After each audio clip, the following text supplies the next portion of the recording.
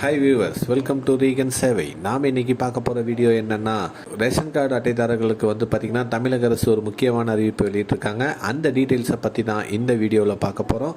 இந்த வீடியோ பிடிச்சிருந்தா லைக் பண்ணுங்கள், ஷேர் பண்ணுங்கள் மற்றும் மறக்காமல் சப்ஸ்கிரைப் பண்ணுங்கள். வாங்க வீடியோக்குள்ளே போகலாம். பொது விநியோக திட்டத்தில் குடும்ப அட்டைதாரர்கள் அரிசி உள்ளிட்ட இன்றியமையா பொருட்களை நியாய விலைக் கடைகள் மூலம் வாயிலாக பெற்று பயனுறும் வண்ணம் புதிய குடும்ப அட்டைகள் தொடர்ந்து விநியோகம் செய்யப்பட்டு வருகின்றன.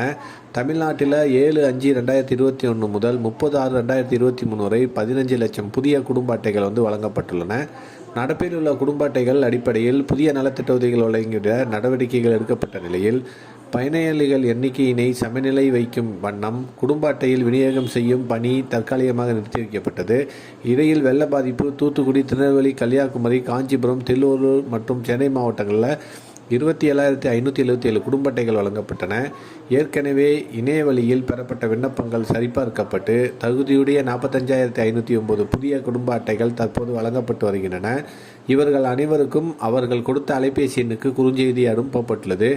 இவர்கள் புதிய குடும்ப அட்டைகளை வட்ட வழங்கல் அலுவலகங்களில் தாங்களோ அல்லது தங்கள் குடும்ப உறுப்பினர் எவரேனுமோ சென்று பெற்றுக்கொள்ளலாம்.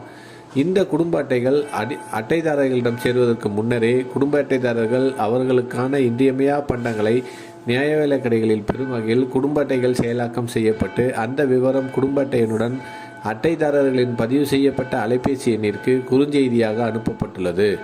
குடும்ப அட்டை எண்ணை கடைப்பணியாளரிடம் தெரிவித்து விரல் ரேகை சரிபார்ப்புக்கு பின்னர் நியாய விலைக் கடையில் அவர்களுக்கு இன்றியமையா பண்டங்களை அட்டைதாரர்கள் பெற்றுக்கொள்ளலாம் எனவும் தெரிவிக்கப்படுகிறது.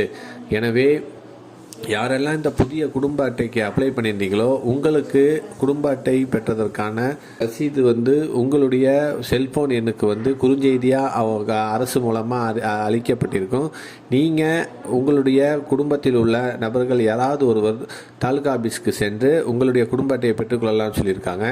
அவ்வாறு பெறுவதற்கு தாமதமானுச்சுன்னா நீங்கள் நியாய விலைக் கடையில் உள்ள பொருட்களை பெறுவதற்கு உங்களுடைய விரல் ரேகையை பதிவு செய்து பொருட்களை பெற்றுக்கொள்ளலாம் அப்படின்னும் தமிழக அரசு அறிவிப்பு வெளியிட்டிருக்கிறாங்க. இந்த செய்தி தான் புதிதாக குடும்ப அட்டை அப்ளை செய்தவர்களுக்கு ஒரு மகிழ்ச்சியாக செய்தியாக தமிழக அரசு இன்று வெளியிட்டிருக்கிறாங்க.